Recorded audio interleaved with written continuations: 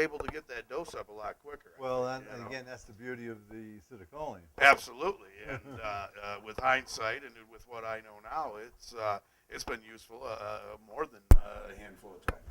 Yeah. Then I can go to work on oil.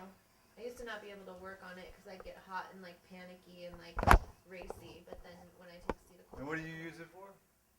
The oil, I just take it every day. I don't know, just because. General health. I think it's like the best It's a maintenance anti-aging dose. ever. Like I think every housewife, like I think I love it for my skin and energy and hair. Like I don't know, I don't have anything bad yet. She's But got a few powerful stories. She's got a friend with an autistic child. yeah, I use it, but I use it on patients. I Yeah. grow for patients, so. But myself, I take it every day, like as much as I can, possibly can. Yep. Yeah. You guys are good to go. Sometimes I'm gonna 2 set this grams other a day. camera up real quick. You We're guys done. are good to start. I guess camera It's all roll. good. We'll just chat. I think it gives me energy. The It made oil? me tired at first, for like the first couple months, and then sometimes I feel like I've had like healing, where I'm more tired. But generally, it gives me energy, and then at night I sleep. It doesn't That's really what's like. so nice. You sleep so good. Yeah, like a teenager where you're like trying to wake up for the alarm clock. I love it. Like as it brings you back to balance.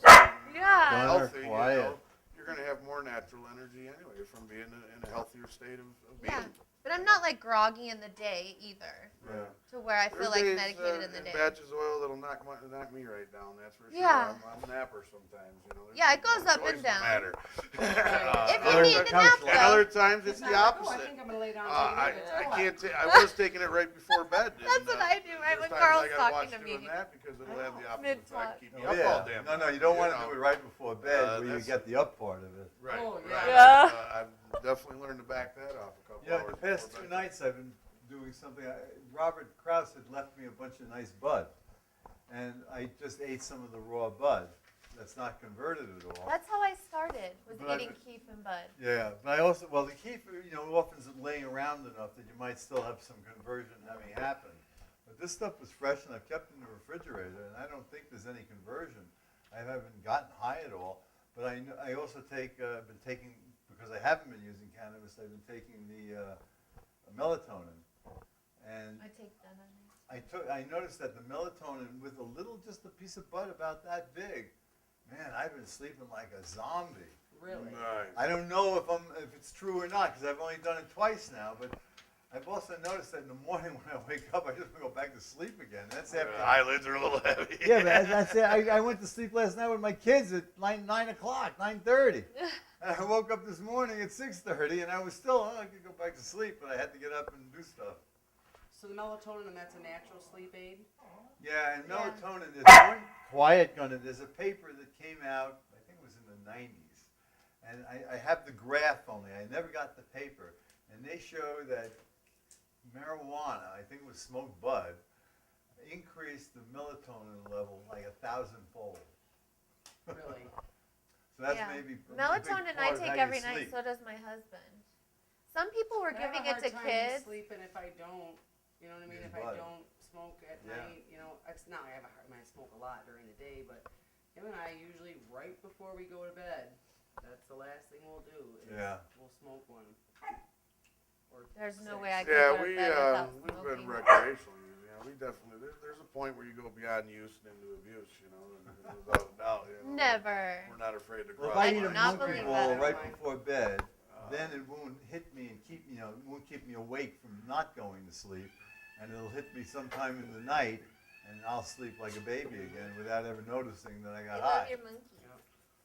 What was the first time you realized that there was true medicinal, or potential like to kill cancer? It just always felt or- good for me, I always liked it, and then for me, it opened my mind up. I was much straighter. I grew up in a pretty conventional straight household, open-minded, but still straight, proper, very proper. Hardworking. And my brain was more, in the channel there. And then I started using it when I was around 16, I started it. And when I was 17, I ate mescaline. And that fucking blew my mind. Oof. I wasn't ready for it because I was just using pot as a goof, when you're a kid. Yeah. You're like, forgetting everything, goofing, And then I took those fucking mushrooms, man. Whoa. And I wouldn't go near a psychedelic then for a couple more years. It wasn't until I was 21 that I took acid. Yeah, they have a way. They have a way of keeping you on a special special diet. What kind of role did the hallucinogenics play with you in your personal growth, your spiritual Oh, growth? total. I wouldn't be who I am now. I mean, there's those that say there's part of your minds that are attached to spiritual growth that aren't opened until you take mushrooms. I think so. Thing of this nature. I think from my personal experience, I certainly feel that way. There's just certain dimensions of thought patterns that you can't reach without assistance. Well, that's true. But enough pot will take you on a full-blown trip. Absolutely. I've had it especially happen when to you me start on the talking- oil. You start Yeah. talking about Yeah. concentrates. Yeah. We've had people report outer body experiences, Yeah, talking weird. to Jesus, talking to dead relatives. Yeah. I have sat with people that have absolutely wigged out. Gunnar, some of the stop it! Some of the most intense hours of prayer in my life were people wigging out on marijuana, and I've been with a lot of people on a lot more Yeah. drugs than marijuana. Well, David, the guy Yeah. with the HIV, he had been up to 5 grams a day of Oh my God. stuff. And I've at one thought about point, seeing how much I can take. he's done 5 grams regularly I for want a to see while how much now. I can take and still work and stuff. But he would normally take the citicoline, and there were 2 occasions where he was using his larger doses, I don't know how much, where he forgot the citicoline. And one night he spent talking to the White Rabbit. Oh, the the other- white The other rabbit. time he spent the night talking to Richard Nixon. Oh! About the white rabbit. About the, what did Richard Nixon have to say? Did he feel I anything? just, I called him up and he was I was just like, out I'm of talking it. to Nixon all night. Hey, man, I gotta let you go. I'm on the phone with somebody else. Back when we started, first time we made medibles, this was before we knew anything about Rick Simpson oil or the true Okay. medicinal powers. We made infused coconut oil for our pop brownies for cannabis camp. And I had never really been high on pop brownies. I'd made attempts at making them and had buddies that said eat this many a times and maybe felt it a little bit, but never had tripped on marijuana, so to speak. So as the host of Cannabis Camp, I wanted to make some really strong brownies. I didn't want to, have my reputation on the line here. So we made some of probably the strongest infused coconut oil that I've ever made in my life, because we learned our lesson. So that first camp and then first time really getting high on medibles, we found exactly how high you can get on marijuana. And I'll tell you what, I've been smoking marijuana my entire life, and I had never, I mean, there's a lot of drugs I may not have tried if I knew I could do that with marijuana. That's exactly what my husband said. Phew! Oh, we had it was good and bad. Well, That's you for take sure, too much, you most people will reach a threshold where they go from enjoying it to like, when does it end? Well, absolutely, and there's a truly negative side that you can and a negative's an understatement. I mean, it's That's there's people terrifying. that feel like they're gonna die, they can't breathe. I've been there. It's horrible. Me Yep. too. You can talk yourself through it, and so on. Yeah, you got to be patient. It Most takes a of us, while. if you're anything like me, I've been, a little too drunk or a little too this or a little too that more than once, But No. if you've never been like that and you've lived that clean life, you're 60-something years old, you're peeled on some Rick Simpson oil for the first time ever, you're, I know, I they're get so fasten your nervous. seatbelt, That's why So you need the nervous, citicoline. Absolutely, and there we go, the citicoline. Let's talk about citicoline. First of all, what is it? Citicoline is involved in making a chemical called phosphatidylcholine. And phosphatidylcholine is a major component of all your cell membranes. So it turns out that citicoline, when you take it, elevates your level of acetylcholine. And acetylcholine is a neurotransmitter. And that's the magic of the citicoline, because when you take a functional dose, whatever that may be for an individual, where you're feeling good, right? Then you have euphoria. Sure. But if you take too much, most people, with few exceptions, and I know some who just can never take too much, Absolutely. and but for most people, if you take too much, it becomes dysphoric.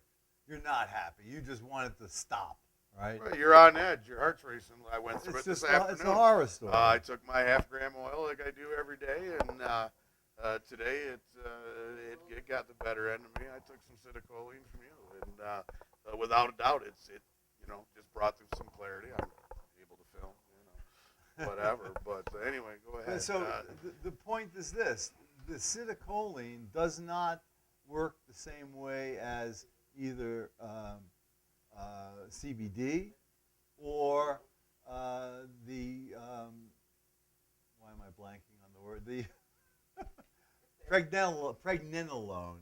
An article came out about pregnenolone, which is a steroid, Okay. and how that inhibits the high. But they showed in the article how it inhibits the high by working through the CB1 receptor. By Right. essentially blocking the CB1 Yes. receptor. So both the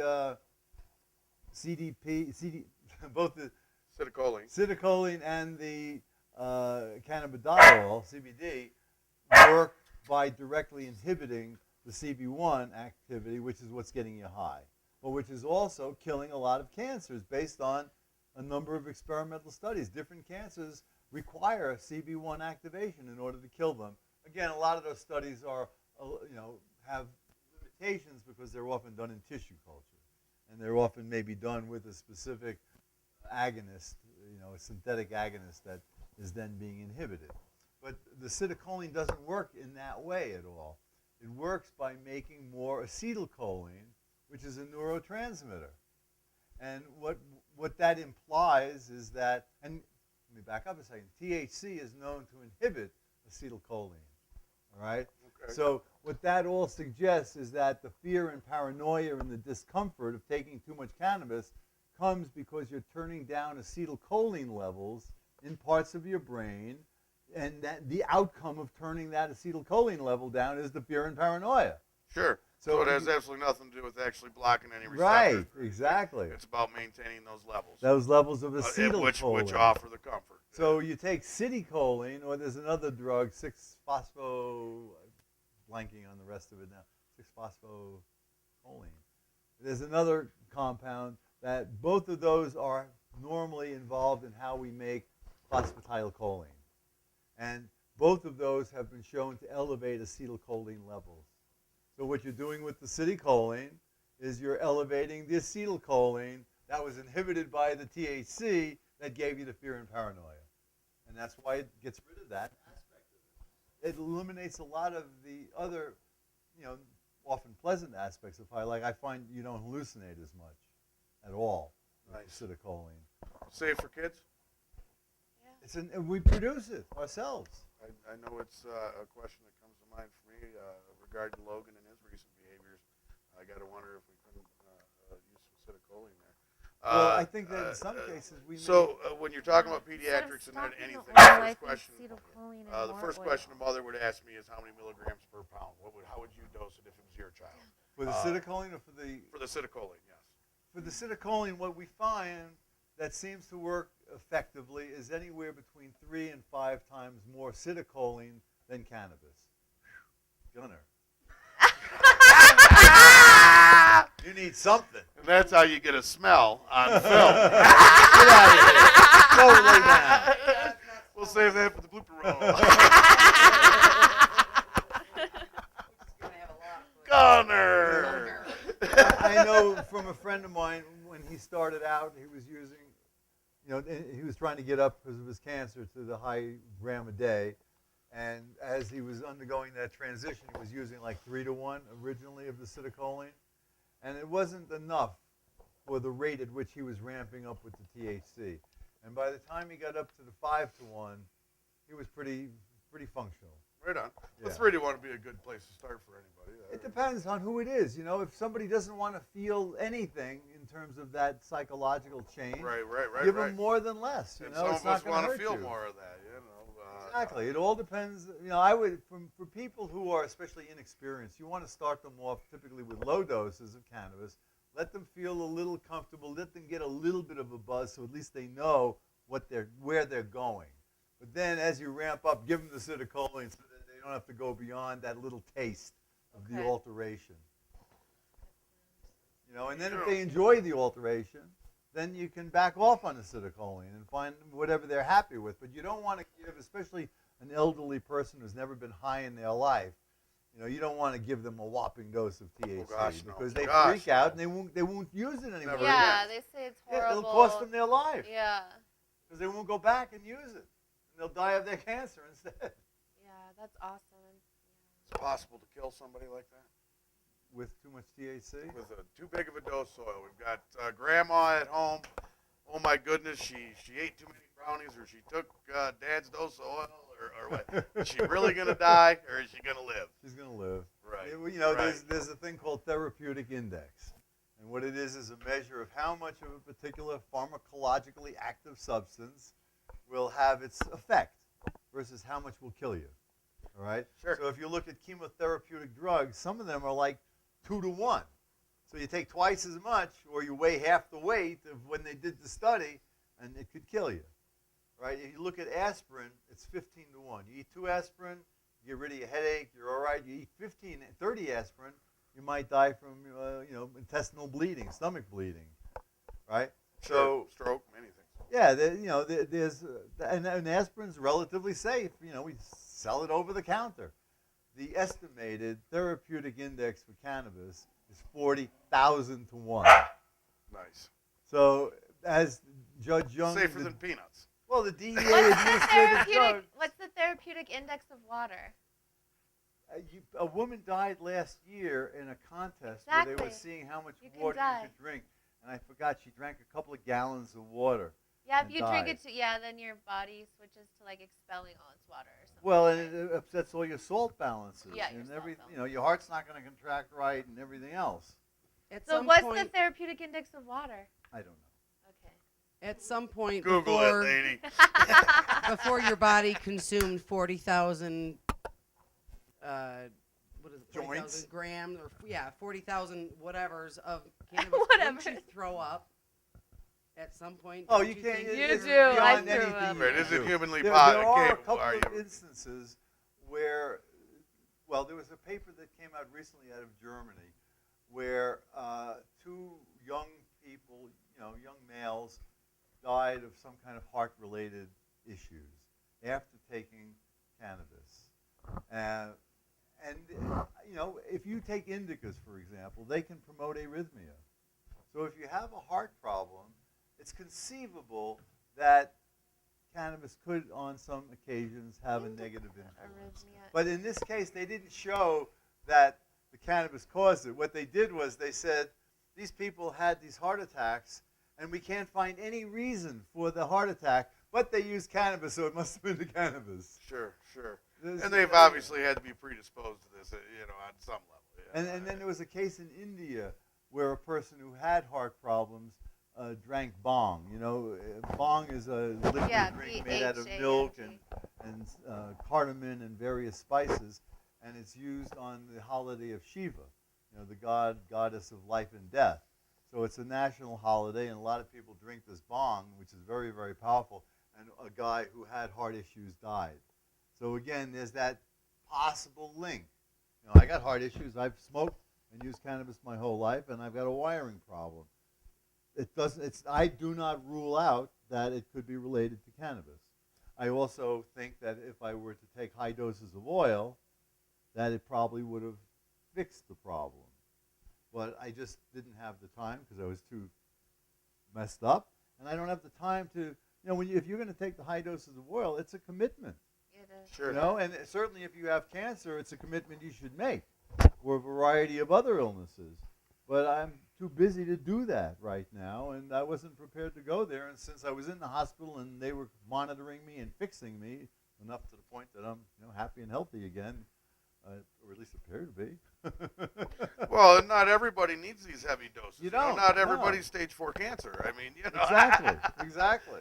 We're all individuals with individual needs, especially when I think part of the beauty of cannabis is it's not restricted to this box of 250 milligrams 3 times a day, and that's what everybody does, and so on and so forth. And with that being said, I guess I got to lead right into the multiple strains, the multiple options with not just what we know as cannabis, but what we also view as hemp or industrial hemp, and some of the extractions they're doing there. And I think one of the things, especially on the cannabis end, or what we refer to as cannabis, that sets these strains apart is the different terpene profiles, the different flavonoid profiles. You know, especially as a human, that's the first thing we notice is the smell and the taste. You know, so I've got to assume, and I can't say that I've got any real first-hand experience with it, but I've got to assume that there's certain roles that these flavonoids and terpenes are playing within the endocannabinoid system. And I was wondering if you'd be able to give us a little insight into that. Well, you know, the biochemistry, again, these psychedelic swirls of biochemistry are incredibly complicated and complex, and many things impact on them. And certainly these flavonoids and other biologically active compounds, terpenes, et cetera, with cannabis, you know, THC is a terpene, right? It's a phyterpene. There's a number of these compounds that are in spices, et cetera, that have important biological modulating effects, often modulating your immune system, which often means turning down inflammation.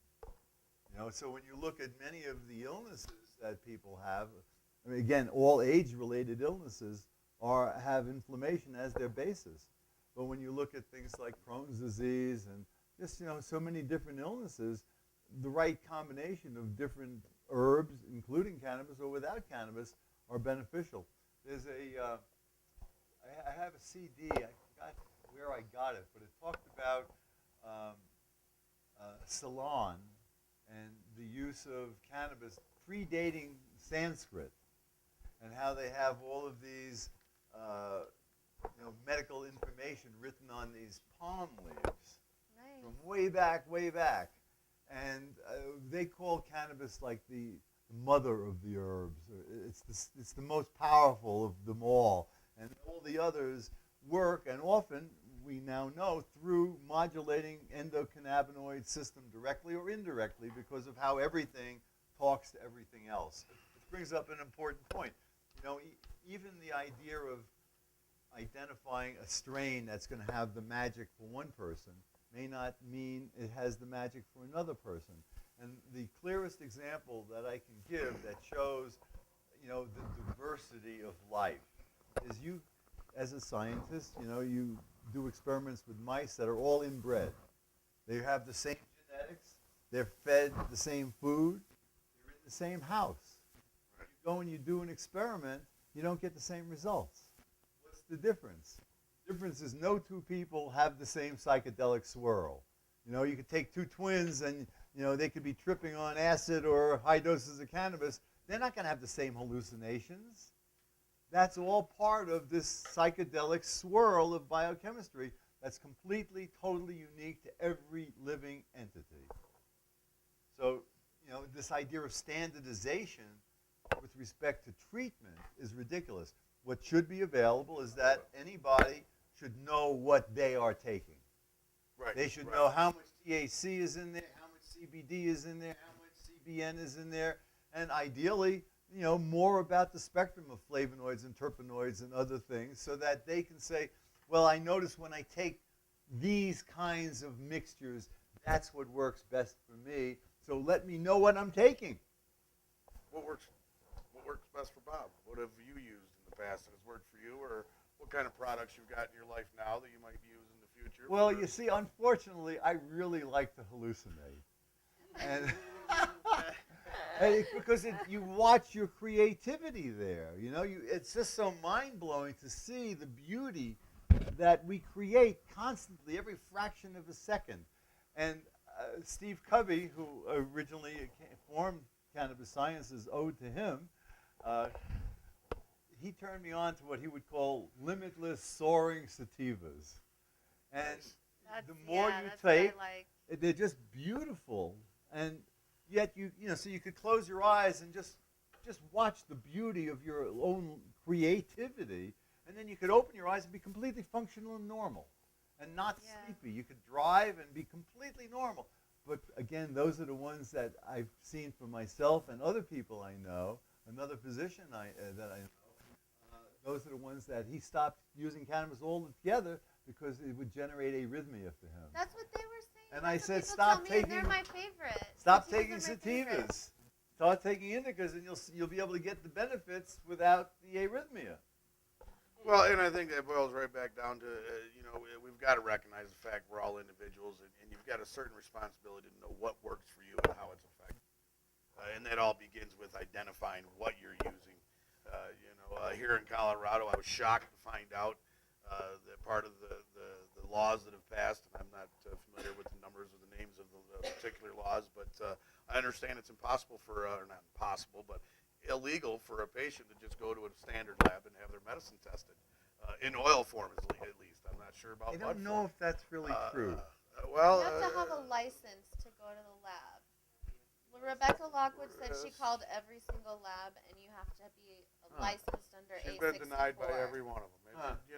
Like, I'm just sure as when a there's a oil will, maker there's a way, and patient. we'll leave that at that, But without a doubt, she was denied Yeah, legal every access single Does she have to a, the does she lab. have a, And they've she got has a medical license? for She her has a medical child, for for her herself. child that's autistic, and she had But to she have has the medical license, not just, because it's a child. the Yeah. medical card, whatever Yeah, it is. she just doesn't have constituted the here in Colorado. commercial. I guess it's a different commercial license you have to have. Well, I know we had visited earlier today Cannabis Therapeutics, and Mike set up a beautiful laboratory, analytical laboratory. Oh, nice.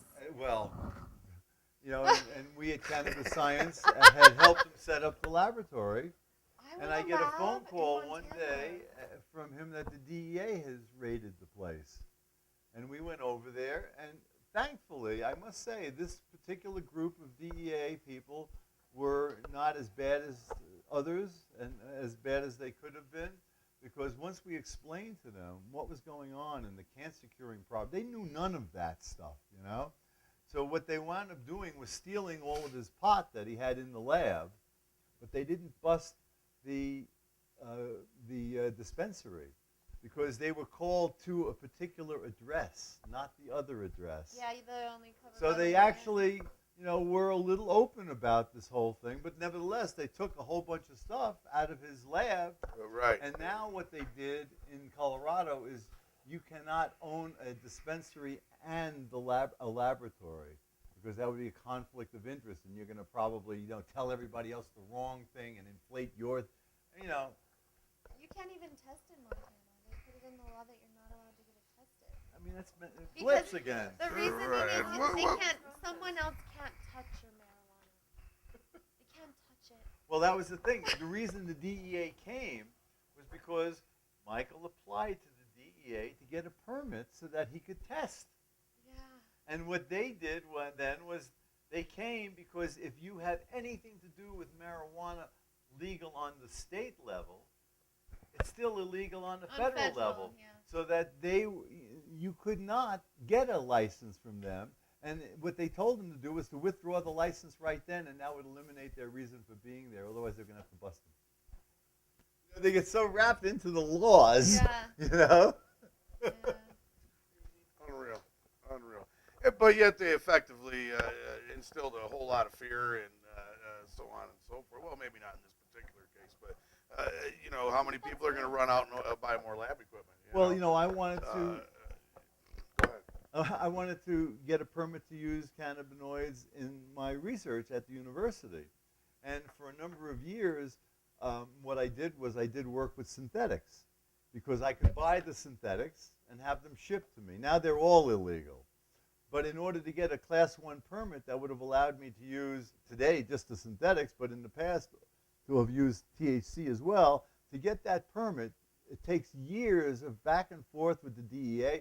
I sent them registered letters years ago. I still never got a response to them. And you have to have like a 1,200-pound safe bolted to the floor. I mean, all this insanity. Sure. Marijuana? I mean, Yeah. this is just retarded idiocy. Well, we've got people that are having children taken away from them because there's marijuana plants that are locked and enclosed in a basement within the home, and plant going to jump out and harm a child. It's beyond retarded. Remember, the plant doesn't have THC, can't get you high anyway. It's Right, only right, THCS. right. And I must say that one of the prosecutors, one of the local prosecutors up on the other side of the divide there, I was able to speak with him and explain to him, because they were trying to take these kids away because the family was growing marijuana for their medical use. I said, even if the kids got a hold of it, it wouldn't matter, because eating it is not going to get them high until it's converted via heat. And he was open enough that he dropped the charges. Good. That's very rare Good. among prosecutors. And what in my about experience. plant nurseries? I don't understand. If you're a farm or a plant nursery or a tree nursery, isn't it exactly the same? Like, I don't understand. They say it's Well, I'm like sure there's dangerous. plenty of plants that if children got into would be harmful, you know, I mean, other than. But they're not taking their kids away because they own a Right, nursery. right. Yeah, like a nursery. I mean, they say it's like a dangerous equipment. Well, you know, you could have mistletoe, which can kill you. Yeah. And you can grow that in your house, Absolutely. right? Or Right, we can pump gas, we can do this, we can do that. We but can't there's have no nothing as marijuana dangerous as without a marijuana. 12,000-pound safe in the. They probably don't You even know, make 12,000-pound safes. Devil's lettuce. No, it was 1,200 pounds. Oh, 1,200. Or over 700. I've forgotten now the Yeah. specifics. Yeah, is this yours? That's a product that was made by our guy in Germany. We had a separate division of cannabis science, originally called Phytiva, but we got into trouble with the name because it was close enough to somebody else. They were going to sue us, blah blah blah. This was a skin cream that they had made. Is that what this one was? And are they all like Anti-aging anti-aging, like Yeah. skin cancer anti-aging? Is that mainly the story? Well, this one here is something new now. There's a company that's doing, you know, like Amway, multi-level marketing, called Canaway with a K, and it's actually quite a nice product. You know, it's got nice, see by the greenness there, it's got, you know, extracts in it, but it's a high CBD extract. And you think it's a nice product? From what I've seen, yes, I would have to say so. I have friends that are testing it now on skin cancer, and we'll find out whether it does that. But we've had good reports. This from is people in strictly, general. just to clarify, that's strictly a topical. This is a topical and has no THC. Okay, So it's, you know, it's technically legal because it's made out of hemp, okay. and it's made out of certified hemp strains and certified fields, and done, everything's processed in the proper way for it to be technically legal or in the gray zone right now. But with what's happening with these kids and seizures, you know, hopefully the government will not become too stupid and will progress down some sane path. I mean, if it can't get you high, why are all these other cannabinoids illegal?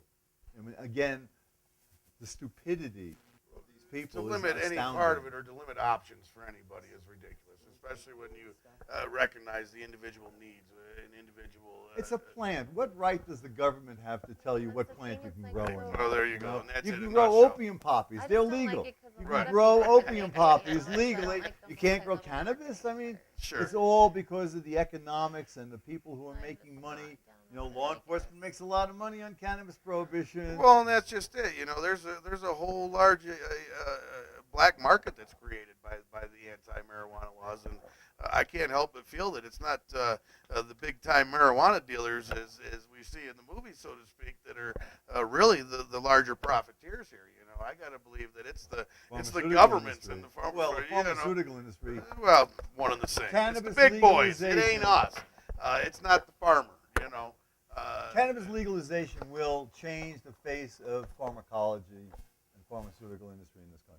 Because think about sleeping pills, pain pills, cancer pills. Everything. We're talking about billions and billions of dollars that you can grow in your backyard instead of going to buy in the pharmacy.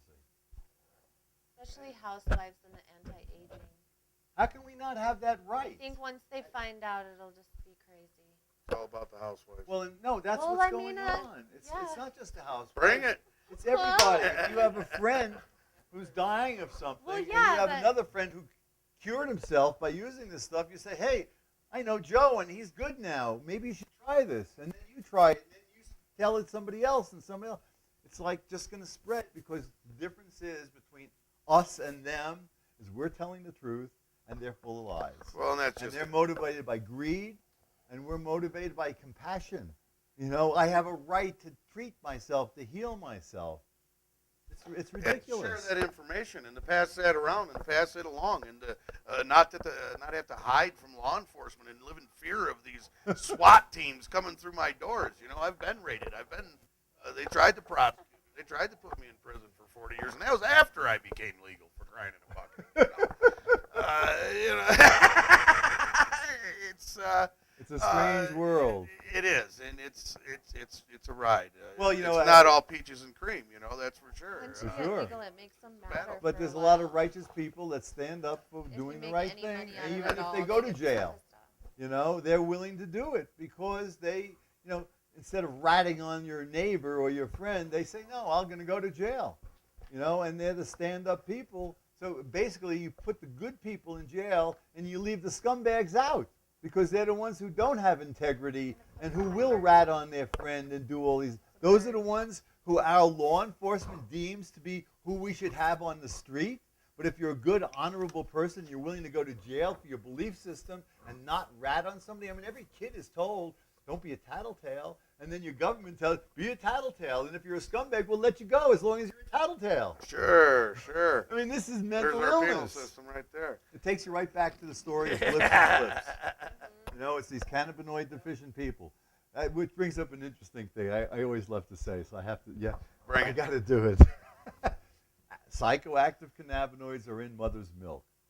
So when you see a mother nursing, she's protecting the kid's brain because he's now breathing oxygen, whereas before it was less oxygen in utero.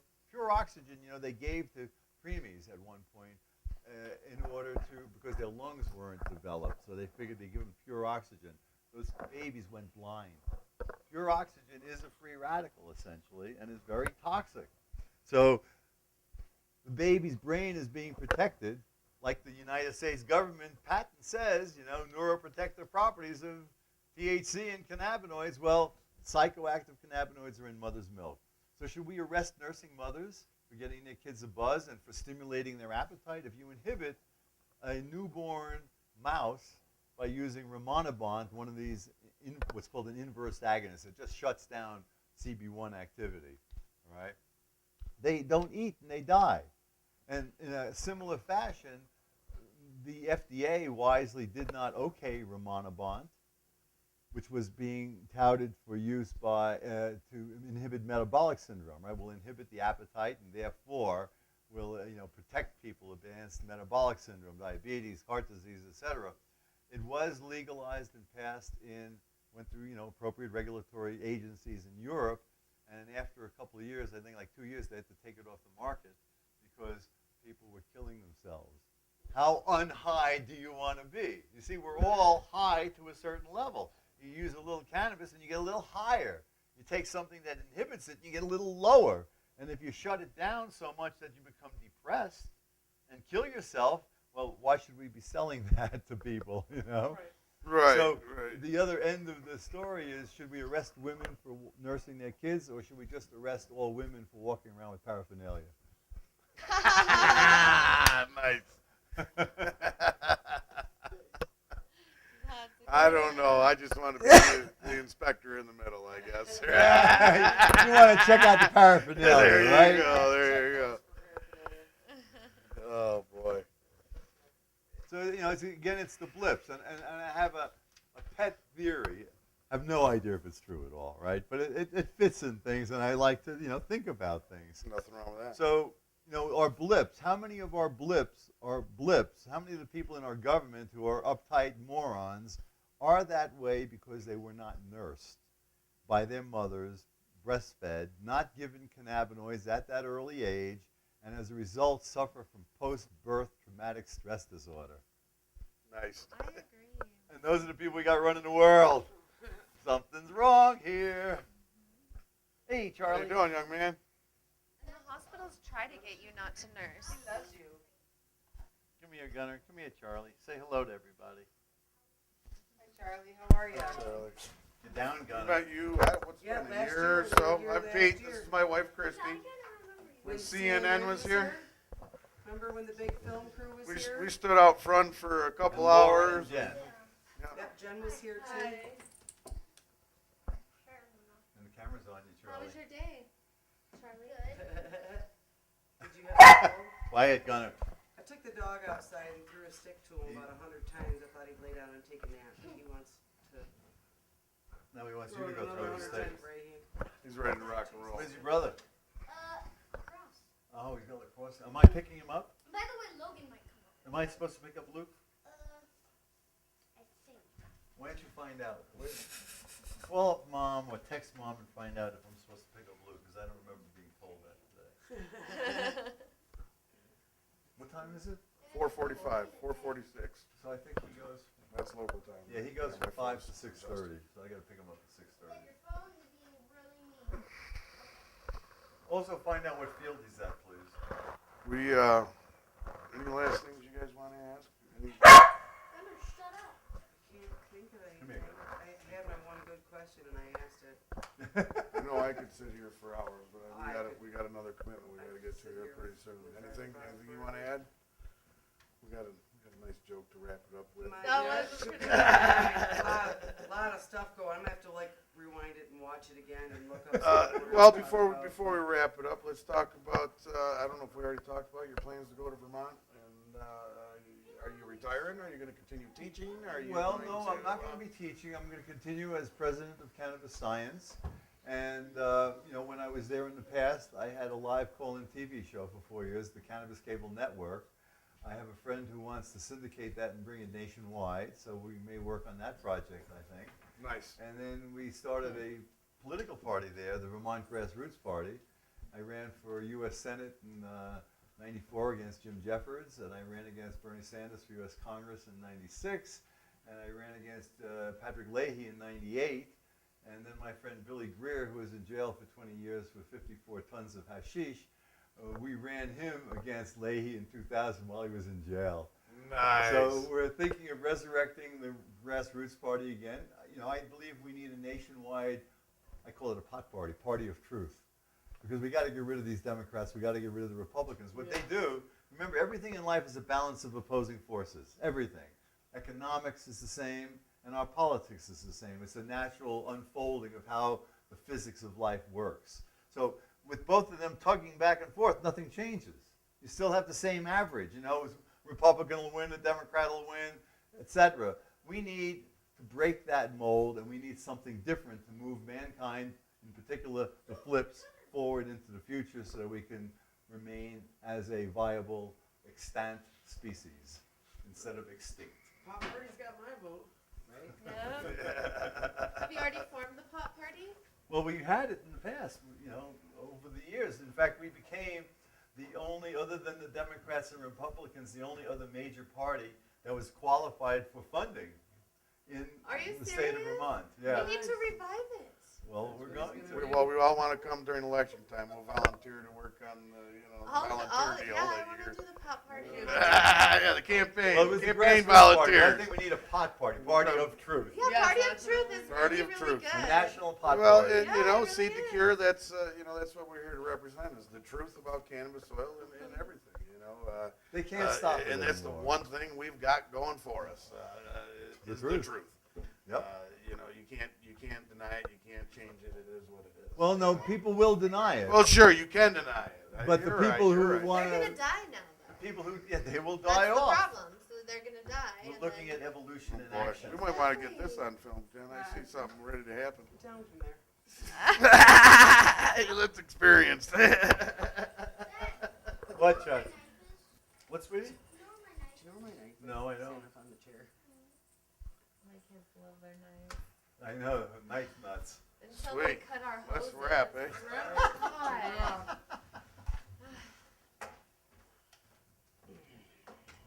All right, so I already forgot. Are we doing something tomorrow? Where's the folder? Oh no. Jennifer? You don't know, I haven't seen your knife for a while, Charlie. I found it, and then I Yeah, might let's have write that down brought for it Bob. You might have brought it to Mom's house. Pueblo. We're going to do Pueblo. but I looked there quite a bit. Oh, Pueblo. Oh, I and we're really gonna do want Robert to- Kraus. 2 o'clock Pueblo, where you, We're going to do Robert Kraus as yeah, well. and then whatever Robert Kraus, however he plays into it. Before, during, or after Pueblo. Charlie, you looked in here good? Oh yeah, I need that phone number from you, Bob. Let me see that folder. Here's the knife that you found, Charlie. The found knife. Yeah, we should probably call it. This one.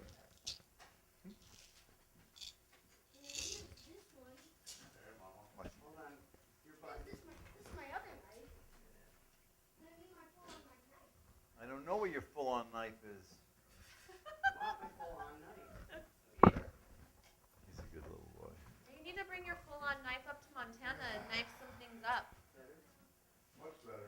come the light doesn't go off? Off. It goes